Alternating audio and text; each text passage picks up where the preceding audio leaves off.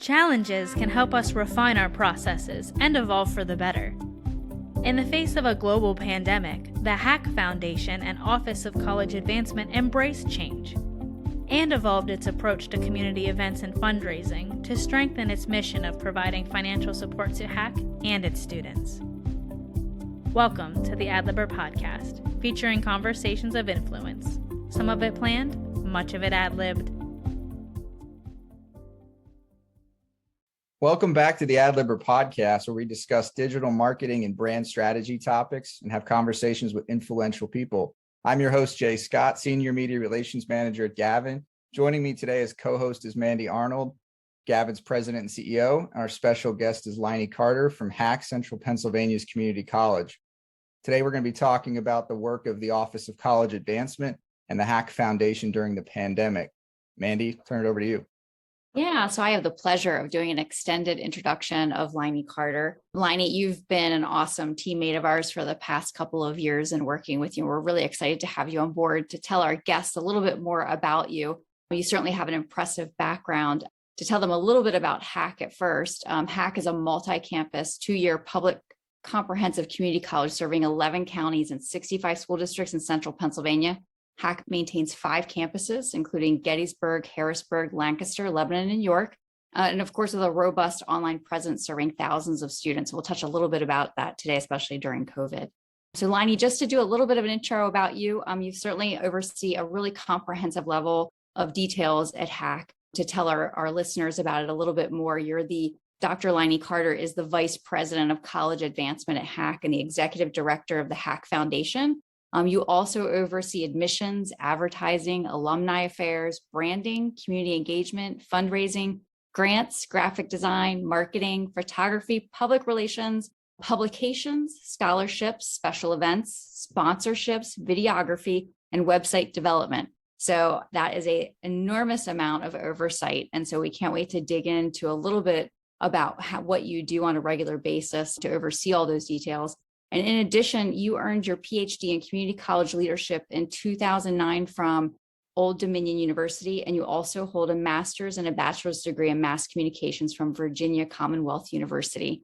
So welcome, Dr. Linnie Carter. We're so excited to have you today. We're looking forward to jumping into a bunch of questions. I think, Jay, we're going to jump right in, or we might also I'll take a little bit of a breather and let you just say hello, Dr. Linnie Carter. Hello, thank you so much for the opportunity, Mandy and Jay. We value our relationship with Gavin, so this is really a highlight of my week. So thank you for the opportunity. I'm really excited about being here. Oh, that's awesome. We love hearing that. Thank you so much. So obviously you oversee an enormous amount at the college, which is impressive. And especially given all of the changes that have been happening over the past couple of years, it's hard to believe we're in year 2, well into year 2 of COVID.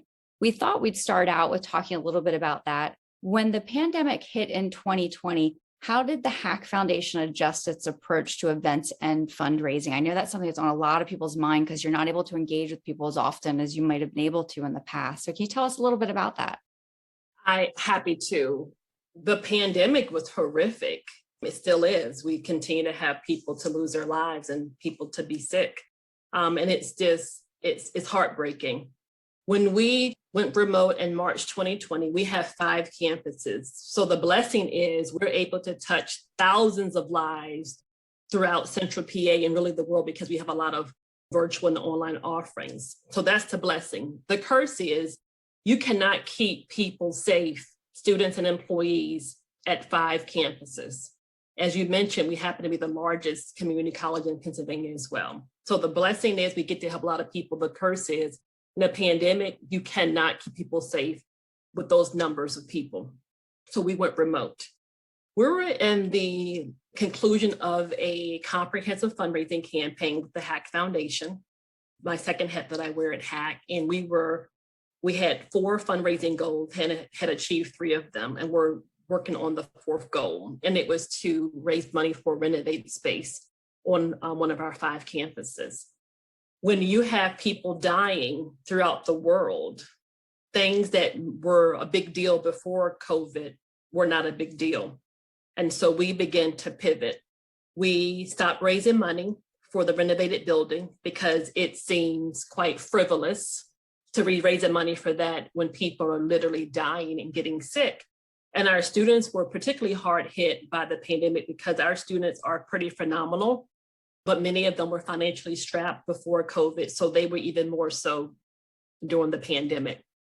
So instead of asking our donors to contribute to a renovated space to support that, we called them, we did a call campaign, and we called and said two things. One, we asked them how they were doing. And two, we thanked them for their philanthropy in the past. We did not ask for money. Made a concerted effort to not ask for a penny. We thought it was tacky. We all have that cousin, Mandy, in our family, no matter who we are, who only calls when they want something. Hey, Mandy, I haven't talked to you in 3 years. Can I borrow some money? We don't want to be that pesky moocher cousin for our donors. So we don't just go to them when we want to ask for something. We go to them because we care about them as people, not ATM. So we scrapped our fundraising campaign. The last goal, we said, we're done. We want to focus on showing support for our donors and thanking them. And then we began to focus on our students. We received information that there was a lot of food insecurity among our students and housing insecurity. So a lot of evictions, a lot of couch surfing. And our students, many of them, the first in their families to go to attend college. So they're first generation college students. You're very much aware of that in your work with us as one of our partners. And we did not want them to suffer. And so one of the things that we did, the foundation gave the college $145,000 to provide technology for our students, many of whom dependent upon our 5 campuses. All of our campuses have computer labs. So if you go to a campus, there's always a computer lab for you, but we close our campuses. And so we provided with that $145,000 laptops, hotspots, webcams for our students so that they would not miss a beat, to the extent that we could encourage that in COVID. And no surprise to you, Mandy, some of our hardest hit students were BIPOC, Black, Indigenous people of color. And so we wanted to pay particular attention to those students as well. And that was just in 30, 45 days. We did all of that and we put people first. The underlying theme that you're going to hear today is that we put people first. We didn't worry about enrollment declines. We didn't worry about money. We put people first. We happen to believe if you do that, everything else falls into place. I don't want to work for an institution that does not put people first. And we know that not every higher education institution did that, but at HACC, we put people first and we continue to do so. I think that's a great message to share with folks, because I would agree. I think a lot of organizations did not put their students first, did not put people first. And so I know that that's always been something that has been a core value of HACC. In communicating with your students, you mentioned a little bit earlier on about how, obviously things changed at a rapid pace, and what your messages changed right away, right through the foundation, also how you reach students. Were there some core things that surprised you in how communications change, like actually reaching students? Were there things that maybe HACC took away from the pandemic in its communications processes? We were very fortunate, and I brag about this.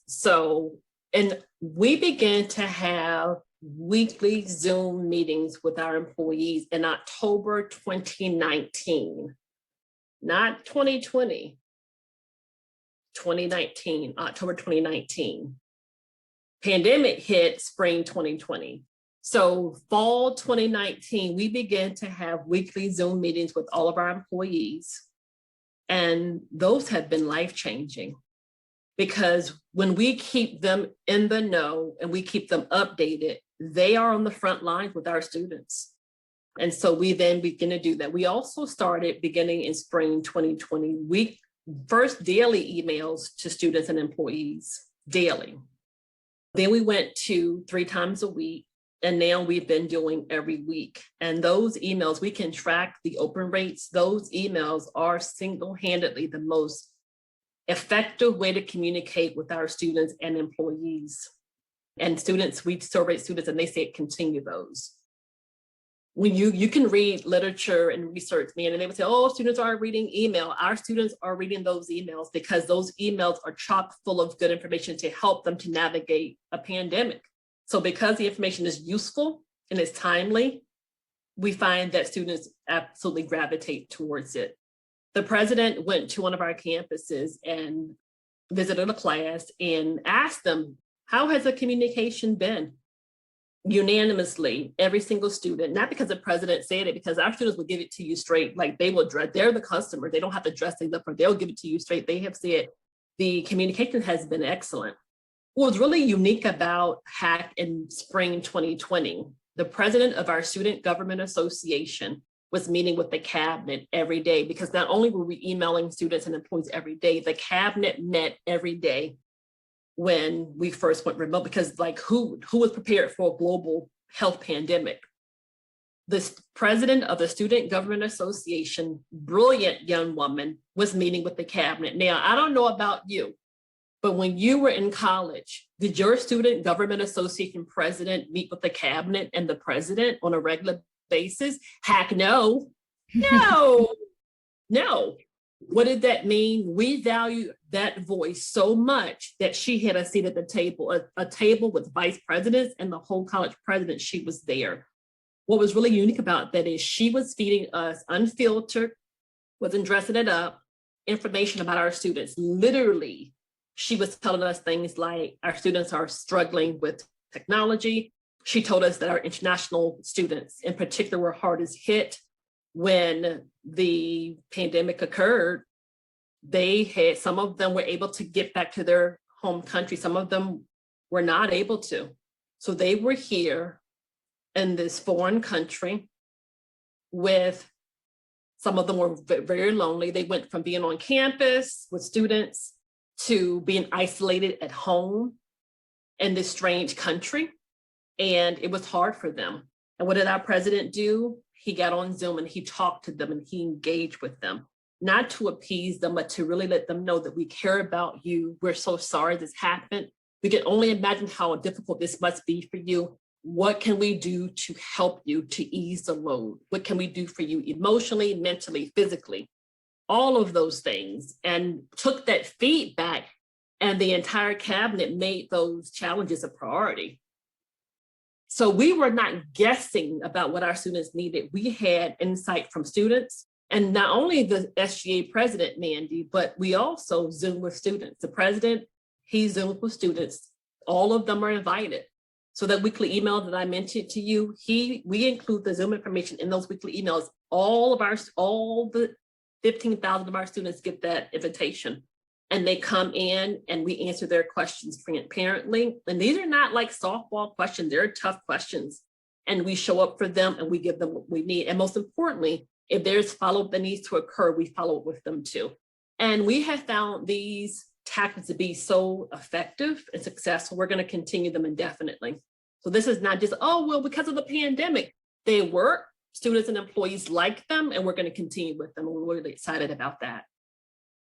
How have your strategies continued to evolve here in 21? I know we're kind of talking a lot about last year in the beginning of the pandemic and how things evolved in that course of 2020, but what kind of adjustments have you seen here this year, and what's here to stay, I guess, in terms of the fundraising or the community outreach?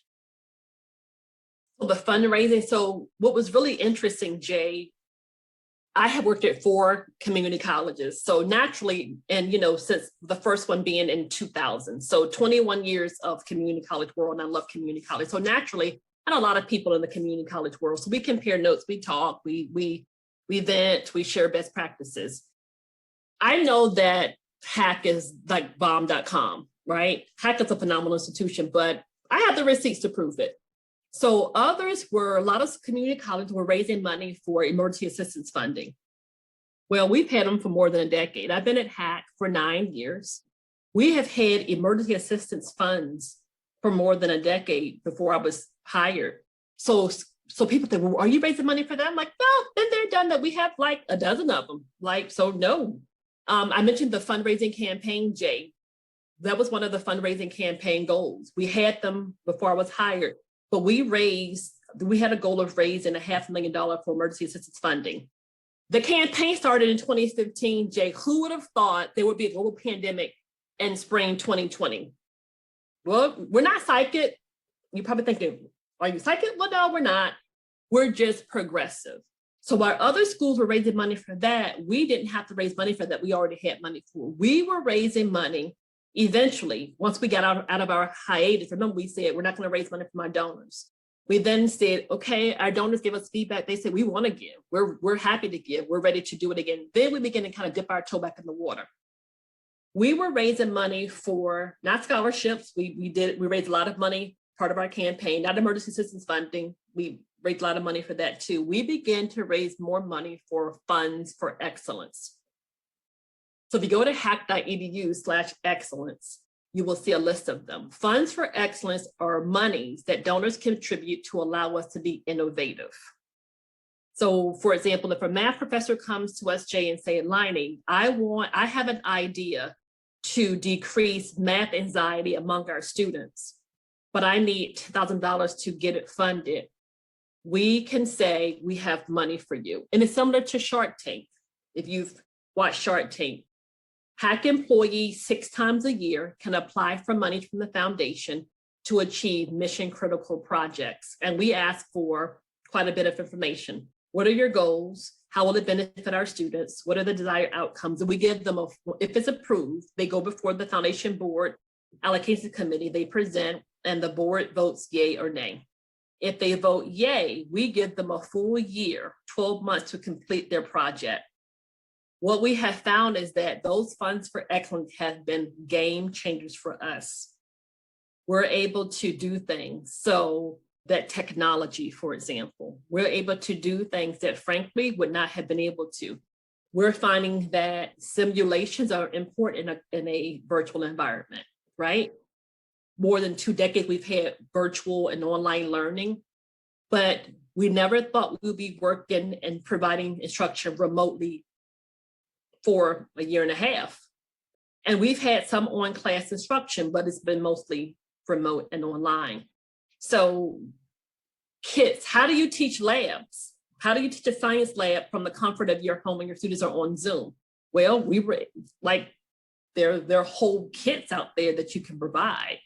So we're able to take those monies and say, this is our new normal. Students are not saying, okay, now that COVID is almost over, we want to come back to campus. Some are saying that, and many of our students are saying, I like the flexibility of working and taking classes remotely. I have a full-time job. I have 3 kids. I'm homeschooling them. I don't have to drive to campus. I was driving to the York campus, for example, half an hour one way. I can save that time. I like being able to be in my yoga pants and take classes. And so they're saying, I don't want to go back to life before COVID. So we've had to say, well, what does that mean in terms of our instruction? Because we don't want to sacrifice the instruction. Our funds for excellence have allowed us to provide resources that frankly would not be possible if it were not for the foundation. So that students are learning differently, but it's still rigorous, it's still quality, they're still retaining the information. And most importantly, Jay, when they graduate from HACC, they're going to go into these jobs better prepared. And let me give you one last bragging rights. Our funds for excellence allow us to buy equipment that our students learn and train on. We have found from our faculty and our students who graduate that when they go into the workforce, the equipment they trained on at HACC is better quality than the actual equipment they work on in their 9-to-5 job where they're getting paid a full salary. Talk about HACC, yeah. It's clear that the foundation has looked at its investments, right? You're really investing in students. So these strategic shifts in how you support the individuals in your community and obviously HACC students, it's impressive, and it's clearly having an impact not only during COVID, but pre-COVID. It's impressive to see how those strategic investments and shifts, right, in your strategy are really having some true outcomes. So when you think about outcomes, obviously with those changes, I would imagine comes a shift in how you might perceive how you assess or evaluate or measure success. Can you tell us a little bit about how do you measure success today? Is it different than what it was pre-COVID? And what are some of the learnings you've gleaned from that process? Absolutely. And Jay's question was really good. Those funds for excellence are here to stay. So assessment, right? So we have an amazing department and they do that all the time. We have surveyed our employees and students a couple of times, 2 to 3 times since the pandemic, asking about communication, logistics, even asking, do you want to come back to campus? Do you want a hybrid approach and things like that? I will tell you that for our emergency assistance funds, we looked at a couple of metrics. We looked at, so from March 2020 to June 30th, 2020, June 30th is the end of our fiscal year. And we compared that to March 2019 to June 30th, 2019. The number of our emergency assistance funds tripled as a result of the pandemic from that year to the previous year. We also looked at the students who received scholarships, emergency assistance funds, and tuition giveaways. And we asked our institutional assessment department to look at if they persisted. Are they still enrolled? Did they graduate? Did they get on the dean's list? And the numbers are quite impressive. So what that means is we're not just throwing money at a problem. We can prove that we give students funding from the HACC Foundation. It helps them to stay to complete their credentials. And our colleagues from another department gave us the numbers to confirm that. And we were really excited about that. And Mandy, our donors want to know that donors do not give us money because they love us. They do. They want to see a return on their investment in people's lives being positively changed. So when we saw the numbers, we were like, this is amazing. We're really excited about that. The numbers mean that the monies have the intended effect. Students are staying because we do not believe that students should have to choose between paying their rent, feeding their families, and paying their tuition. We happen to believe that they should be able to do all three. The average age of our students is between 26 and 27 years old. So we are a community college. It's very common. We have older students, many of whom work. The overwhelming majority of our students, Mandy, and you know this, are part-time. Most of them are part-time because they're working in addition to going to taking classes part-time. Few of them, about 75% are part-time, about 25% are full-time. And so what that means is they have special needs. And the foundation gives them not a handout, it gives them a hand up. No one gets through this life without getting help, and we're honored to do that. So we are assessing it. We know that when we tell donors, hey, did you know, Mr. Donor Man, because of your scholarships, all of your recipients are still enrolled and are on the track to graduate. We also did full ride scholarships. We did and you know about this too, Mandy, we did a program where we identified those who were on the front lines in the way that we were safely working from home, my team and I, but there were people driving trucks, serving food, working in hospitals and other healthcare facilities on the front lines, literally sacrificing their own lives and health to keep us safe. And we did a full ride scholarship program. Every penny of their HACC education will be funded, tuition, fees, books, all of it funded. Of those 5, 2 of them are graduating this year in 2021. We just offered that program last year. They literally would get a college degree and owe not 1 penny. And so when we look at those numbers and we go to those 5 people in 5 to 10 years and say, where are you now? Longitudinal study, right? Where are you now? What are you doing? How many degrees do you have?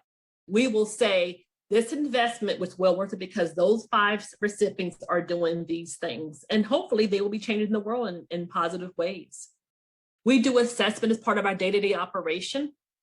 And we've been doing that before COVID. So, we do assessment with our integrated marketing communications. Our scholarships, we can tell you students feel good about the scholarship application process. We assess the effectiveness of our website navigation, things like that.